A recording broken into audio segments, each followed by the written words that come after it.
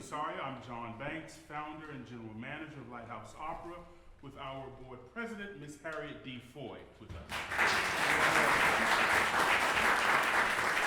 And I'd like to acknowledge the entire board is here tonight, Marcos, Patrick, and you met Sonia at the door. We are indeed happy you have joined us in our 8th season for Lighthouse Opera Company. Come on, Nate.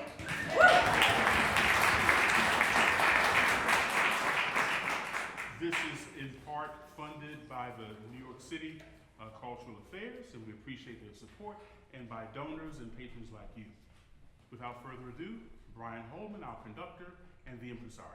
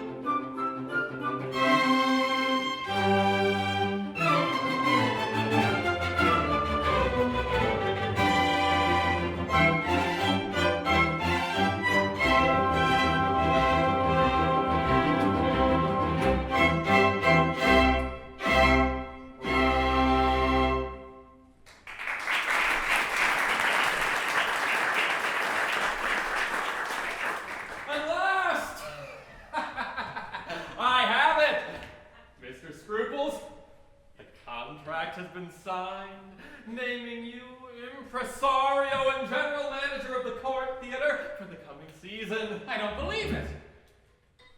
Anyway, it's too late.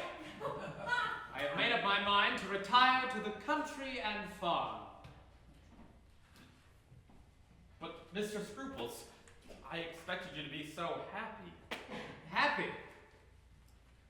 My application has been subjected to such endless delays that my cash, my credit, my enthusiasm, and my patience are exhausted.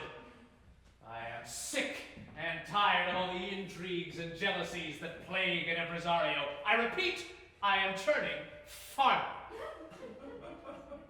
Don't I know how you feel? I too have known frustration. And if you will only let me sing a few well-chosen roles, I will gladly shoulder all your burdens. My dear Bluff, you're a good fellow, but we have been through all of this before. If I were to allow you to sing, the public would butcher us both. Besides, I have in mind a season of classical drama, which, God be praised, requires no singers. But Mr. Scruples, the Minister of Education has decreed that the season must be entirely devoted to opera. Opera? A ridiculous Italian disease that won't last. How can you say such a thing, Mr. Scruples? Opera involves too much extravagant expense. Mr. Scruples, that may have been true 30 years ago. But today, opera can be produced quite economically. What about all the singers which opera requires? The up-to-date impresario engages only 3 kinds. The falling star, whose fees have shrunk with her range. The public will accept anything from a famous name. That is one kind.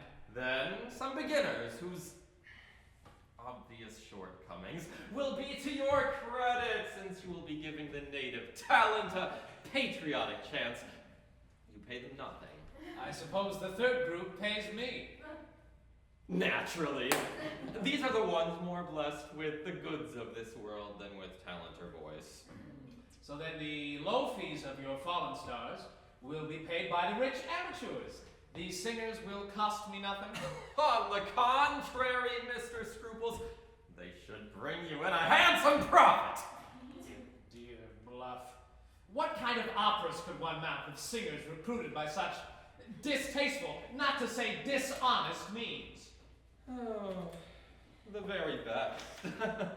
Those authentic masterpieces which require more acting of the singer than singing. What about the costumes, the scenery, the lighting, the mob scenes? Nothing simpler. Announce that you are going to modernize opera. To achieve a sense of intimate communication, you eliminate mob scenes. A splendid way to shorten a lengthy word. To highlight the hidden meanings and the introspective conflicts, we dispense with scenery and play everything before a nice blue wall. That eliminates the designer and the painters. And most of the stage hands. To promote the utmost realism, we play in modern dress, no costumes. Hey, and no orchestra. And to intensify the atmospheric moods, we will use very little light. This is very desirable for most singers, and we'll save a pretty penny each week in wax candles. What do you say, Mr. Scruples? I say that they are deeply repugnant to everything I have always believed in and fought for in the theater. Decidedly, I prefer to be a farmer than to become a party to such an utter degradation of good taste.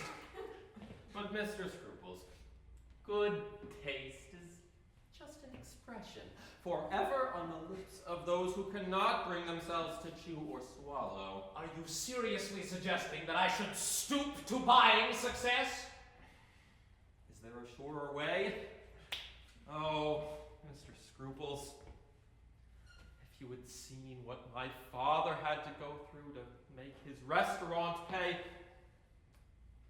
you would realize that you can only afford to list foie gras and truffles on your bill of fare as long as your kitchen is turning out sausages and sauerkraut. My poor Bluff. You yourself don't believe half of what you say. If you really were the rascal you sound like, I would urge you to forget your singing, which you should do anyway, and take over my position, though not by name. Oh, thank you, Mr. Scruples. But I am really an artist at heart, and I feel that I could serve you best on the stage. You don't agree? I see that you don't. Cheer up, Bluff, since it doesn't matter in the slightest what either of us think. We have not even enough credit left to print the tickets, let alone undertake a season. Oh, I know. Things seem very dark right now, Mr. Scruples. But there is a potential dawn just outside. Mr. Angel has been waiting to see you for the past quarter of an hour. Mr. Angel, the Viennese banker, that stage-struck haunter of soprano dressing rooms. What does he want? I can guess. He was at the ministry when your license was issued and came over to see you at once. I'll show him in, but Mr. Scruples, don't be too hasty.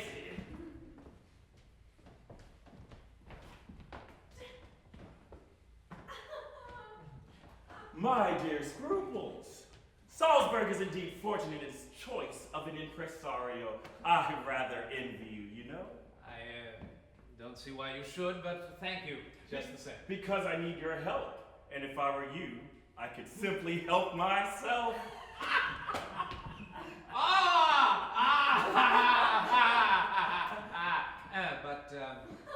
What can I do for you, Mr. Angel? Quite a lot, Mr. Scruples, quite a lot. Between men of the world and of business, such as ourselves, preliminaries are a waste of time. So I'll come to the point. Oh, Mr. Scruples, Mr. Angel is coming to the point. Thank you, Bluff. Pray do, Mr. Angel. You are probably aware that for some time I've maintained a close relationship with one of the lyric stage's brightest ornaments, Madame Goldentrill. The Madame Goldentrill? Such singers are not heard of anymore. Truly magnificent. I remember her debut in Budapest 30 years ago. She recently retired, I believe. Yes, and no, if you take my meaning. Confidentially, I'd hoped that the amenities, which I've been privileged to provide, would help her forget the stage. But Madame apparently misses the excitement and is determined to make a whole series of farewell performances. I see. And she would like to appear with this company? Mr. Scruples! It is a pleasure to converse with such a perceptive man. You should have been in business. To be candid, my life with Madame would not be worth living unless you engage her. Yes, well, It would be worth a great deal, I can assure you. well, the truth is that, problems of repertoire. What Mr. Scruples means, Mr. Angel, is that the repertoire in which Madame Goldentrill would naturally wish to appear is beyond the resources of our company. But I said it would be worth a great deal to me. $10,000 to be precise. Of course, Mr. Scruples, Madame realizes that it must be some time since you've last heard her, and malicious tongues are never idle. So she's prepared to audition for you and is in fact waiting in her carriage. I should go and fetch her. I'm afraid that now. What Mr. Scruples means, Mr. Angel, is that this room is hardly suitable acoustically for an artist of Madame Goldentrill's exceptional vocal power. However, if Madame will overlook this inconvenience, Mr. Scruples will be happy to hear her and renew a precious friendship.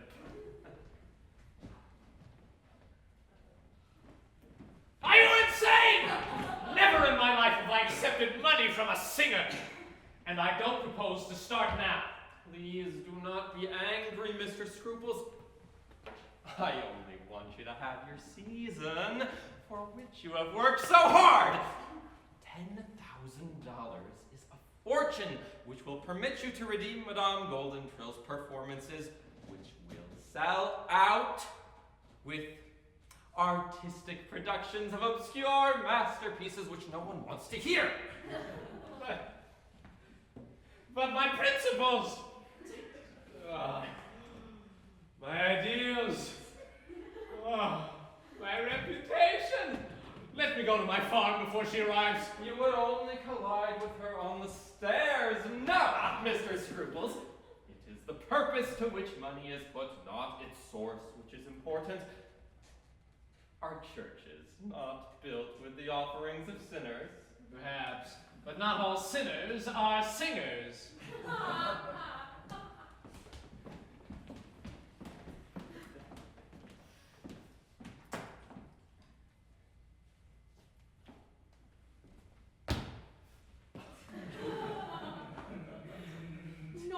Naughty, naughty boy. I know you've been in Salzburg at least 6 months and you never came to call.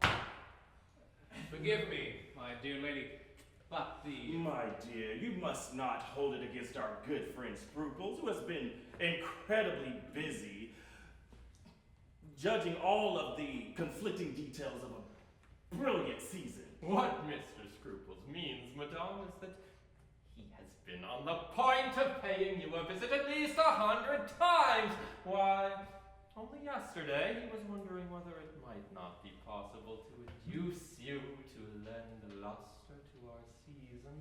Well, I'm sure he was. We've always been such friends.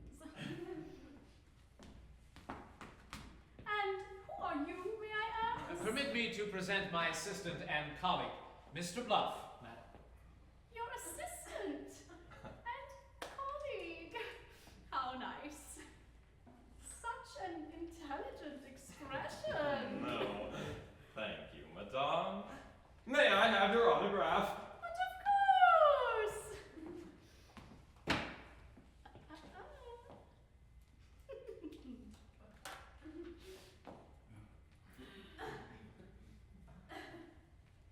There. Now, my dear director, I will sing for you. I want you to hear how my voice has developed in the upper register without losing one of those dark, lustrous, pear-shaped tones for which my lower range is so famous. I could not dream of asking an artist of your reputation to audition, madam. Nonsense! Are we not all professionals? I insist. Just make yourselves comfortable, and I promise you will be amazed.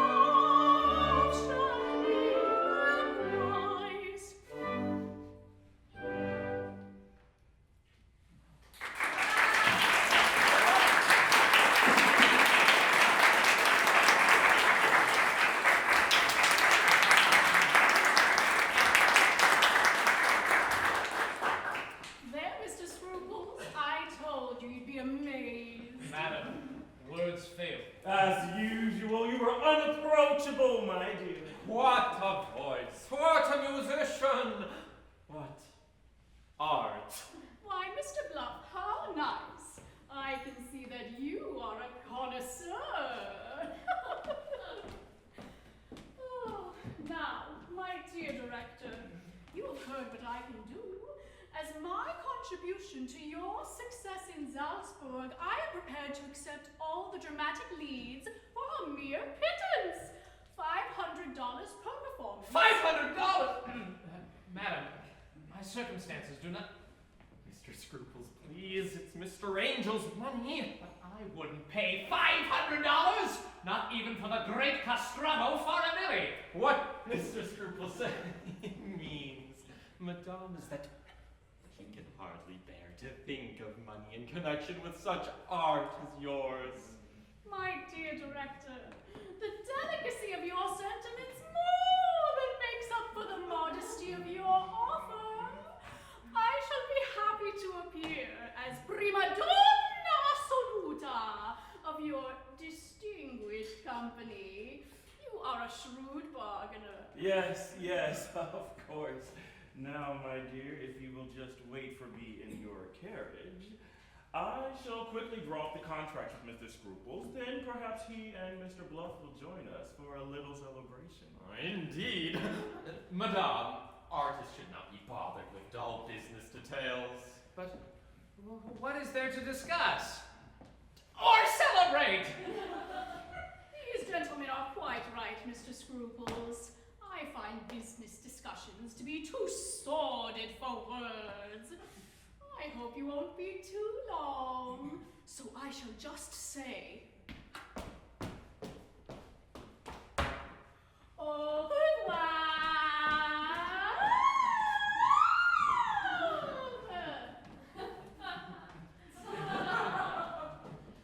Oh, my dear Scruples, what a difference this is going to make in my life. And in mine.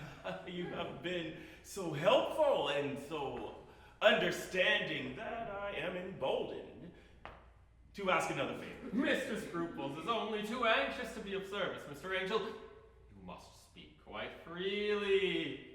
Do! Thank you. I shall.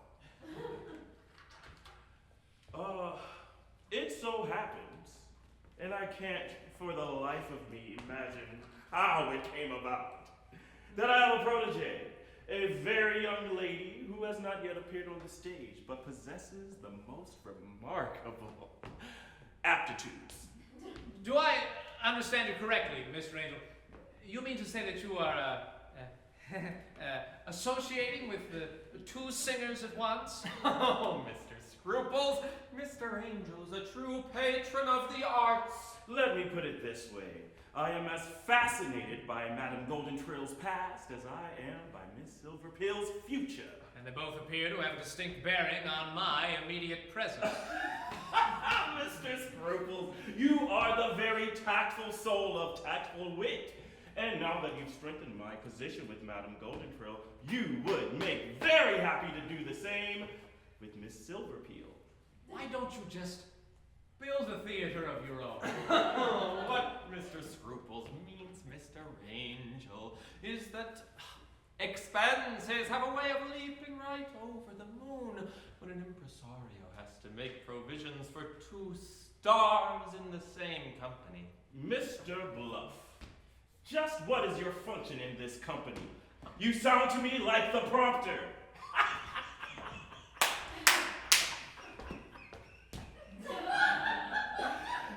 You must allow me my little joke. Of course, the same holds true in my relations with the two ladies. I understand this so clearly that I am willing to advance a further $15,000. Advance, Mr. Angel. I mean donate. What could I have been thinking of? Do I understand you correctly, Mr. Angel? You are willing to pay $25,000 for the engagement of these two ladies? Precisely, my dear fellow. And you can keep all the profits. Mine will come from cheating my heirs and the tax collectors.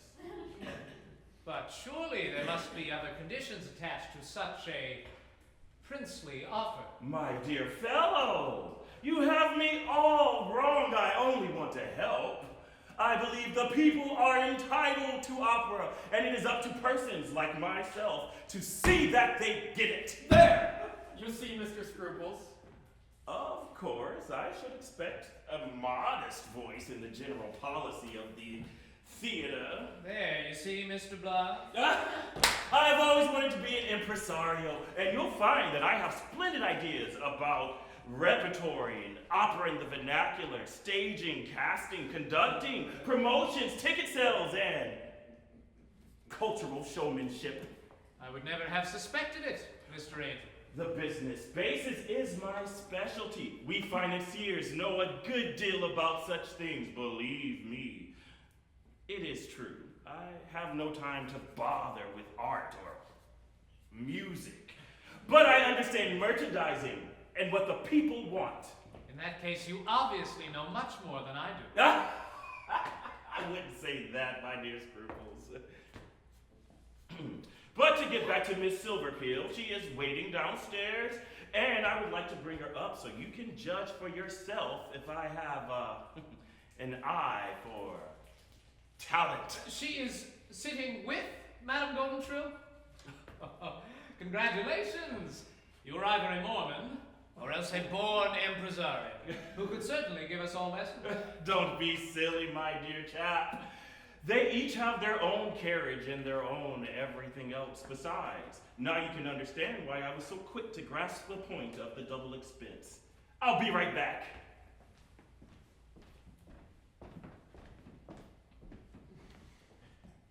Mr. Scruples, you must admit our position looks considerably brighter.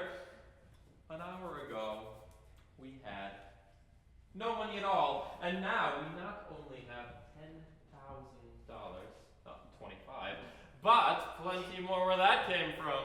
True, but it only makes my farm seem more and more attractive. This whole enterprise is looking less and less like an opera company, and more like a whole No, Mr. Scruples, don't say it. I suppose with all these dollar bills flying about, you will want a raise. Not that I blame you. As your right-hand man, I could do very well for myself indeed. Oh, there are so many sources of revenue which are readily available to a man in my position. However, they are not perhaps entirely ethical, and I would be reluctant to take advantage of them, particularly if you could see your way clear to assigning me some suitable roles at modest fees. My poor Bluff. That would be the greatest fraud of all. What a pair we are. You haven't the nerve to carry out your bluffs. I seem to have lost the courage of my scruples. Gentlemen, here is Miss Silverpeel.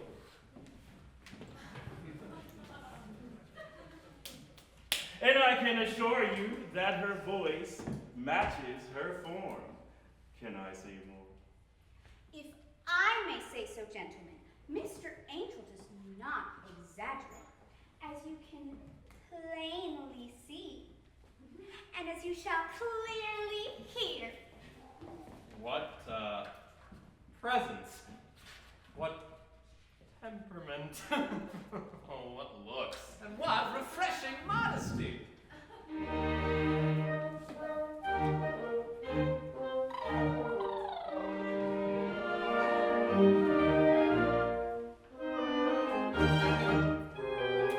Thank you.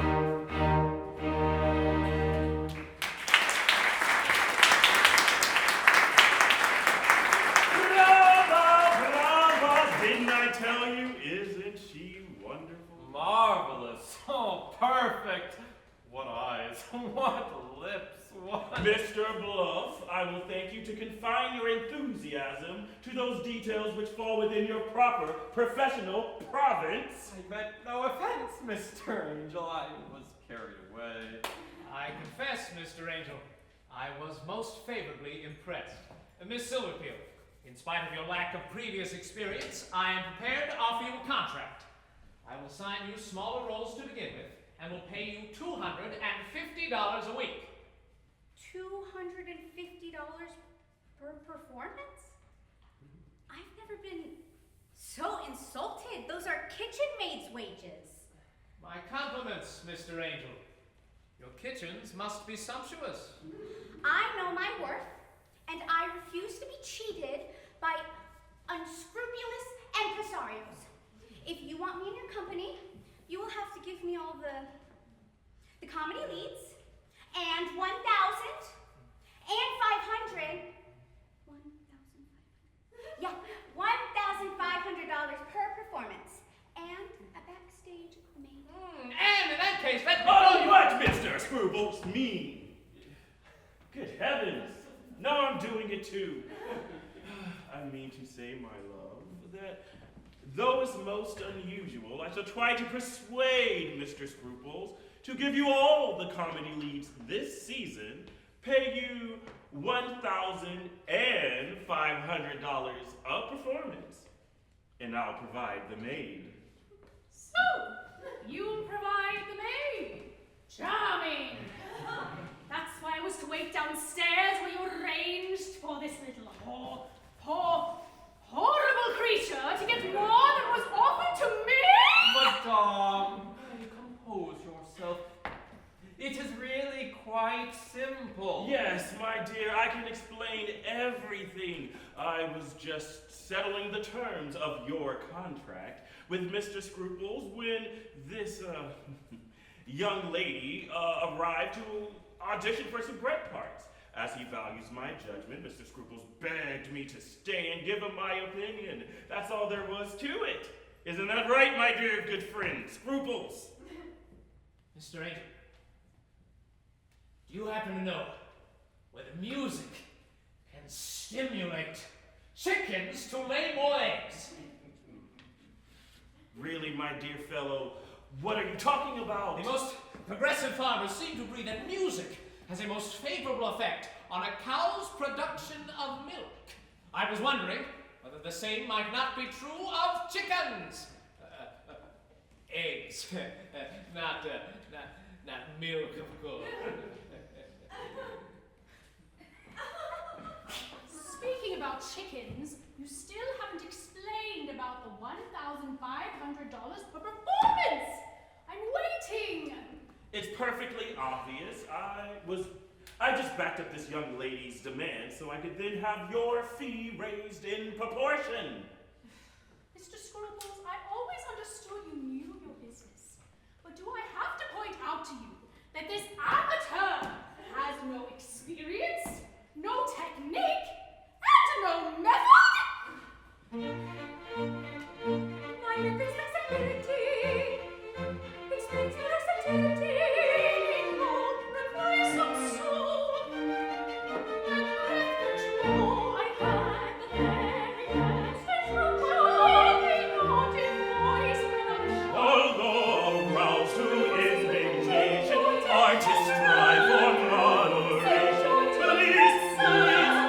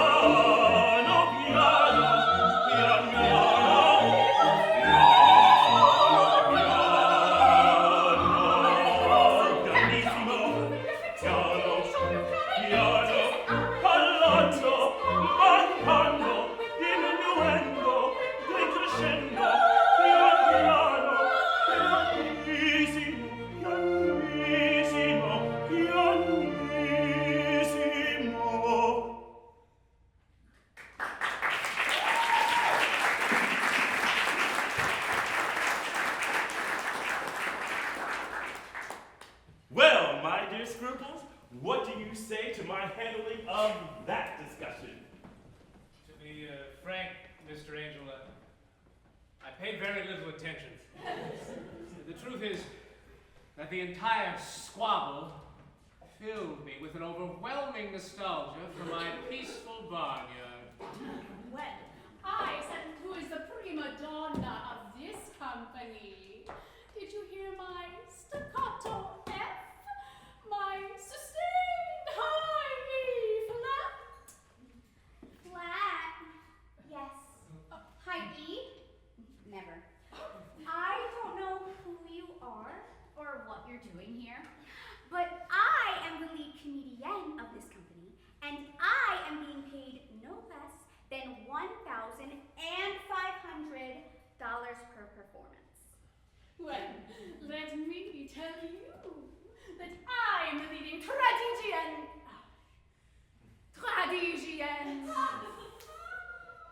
dramatic artist of this company, and I'm being paid more than you, whatever it is, and whoever you are. I am the Madame Golden Trail! Never heard of her. Obviously before my time.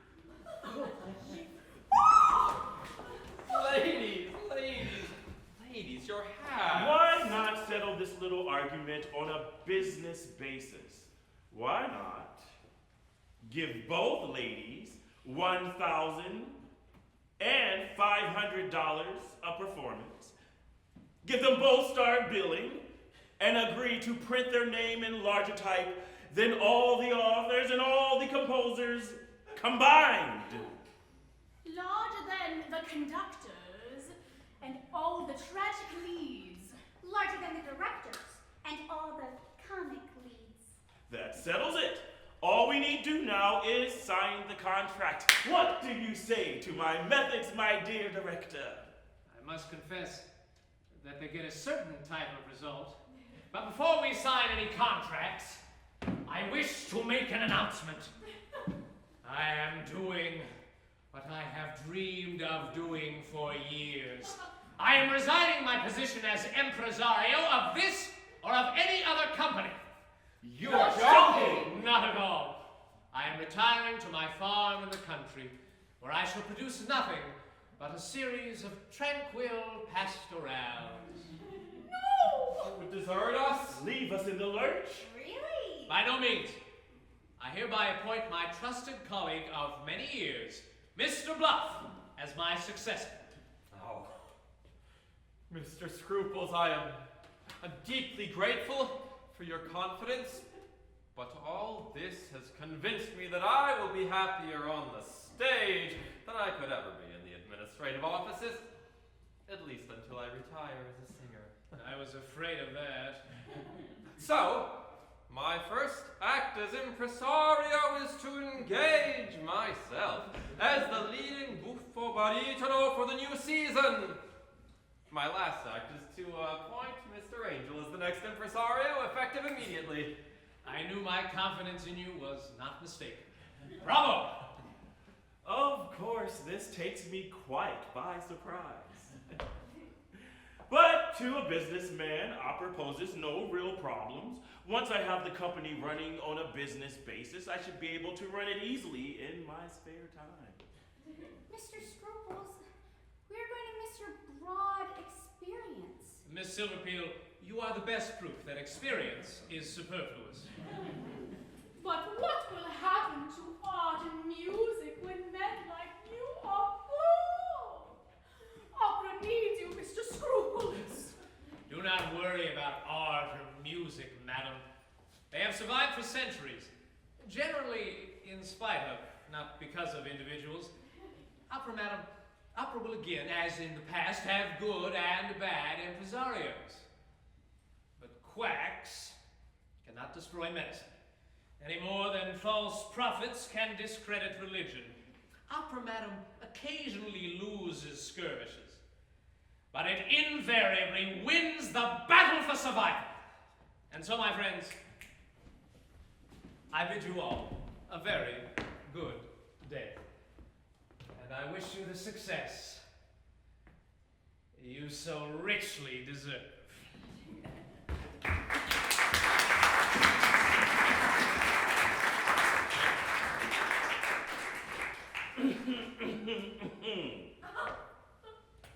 My dear colleagues, we will strive to uphold those high standards to which my distinguished, though not immediate, predecessor Here, here. dedicated his life. Yeah, that's great. However, from this moment on, I will tolerate no infractions of the most business-like discipline. No one took Mr. Scruple's repeated threats of retirement seriously. But let me point out, should I retire, my backing will accompany me. And where will you be then? Mr. General Manager, sir! Permit me to be the first to assure you of my wholehearted cooperation. I shall be content with whatever roles you assign to me. And I feel confident you will find my managerial advice invaluable. Mr. Angel, I agree with Mr. Fluff. I am quite prepared to undertake such lesser parts as my inexperience may dictate. With full salary and top billing, of course. And I assume no one would dream of asking me to sing any minor roles.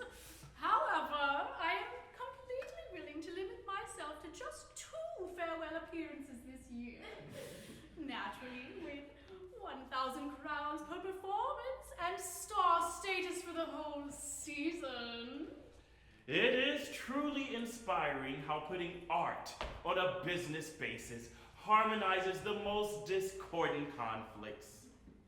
Let us toast to the indispensable man, the impresario, whoever he may be.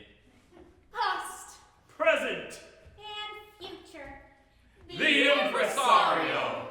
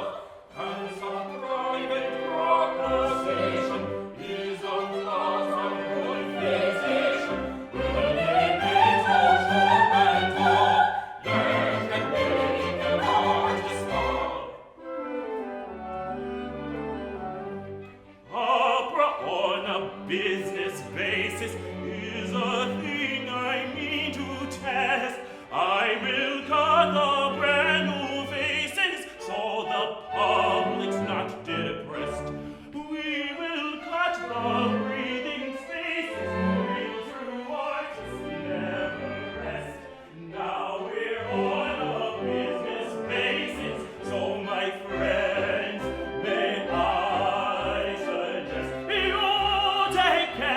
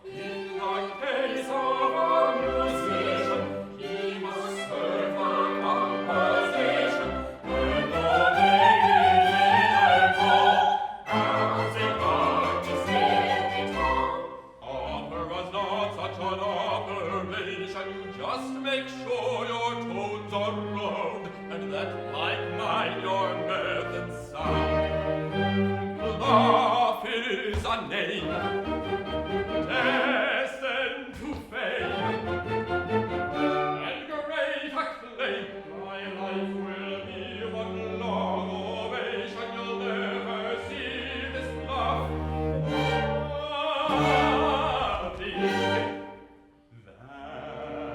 That was he, yet I'm scarcely bluffing.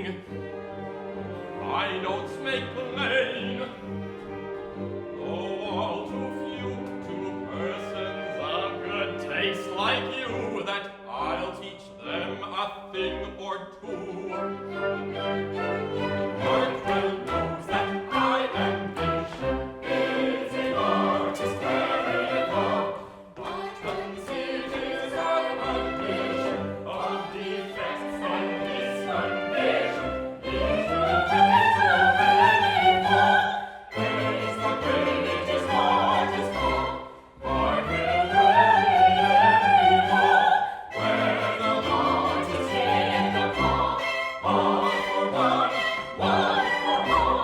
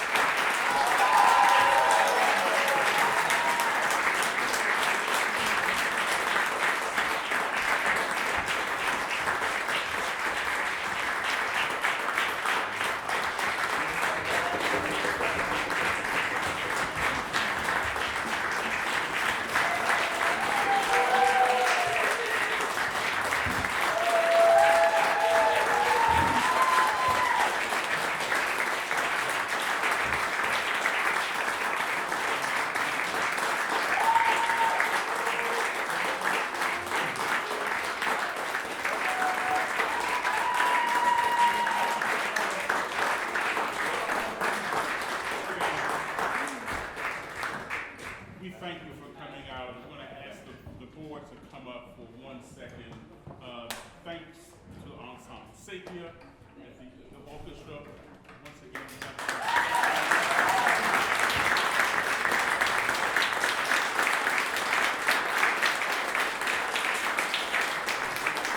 and a couple of shout outs to our costume designer, Haley Silver.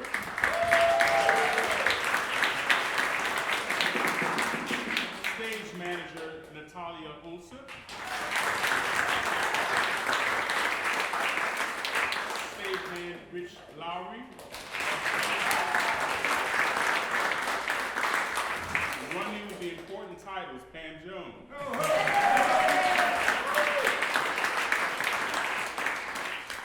And I think I've named everyone.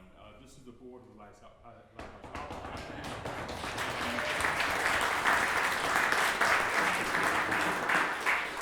Once again, please spread the word about Lighthouse Opera Company. This is our 8th season, looking towards our 9th.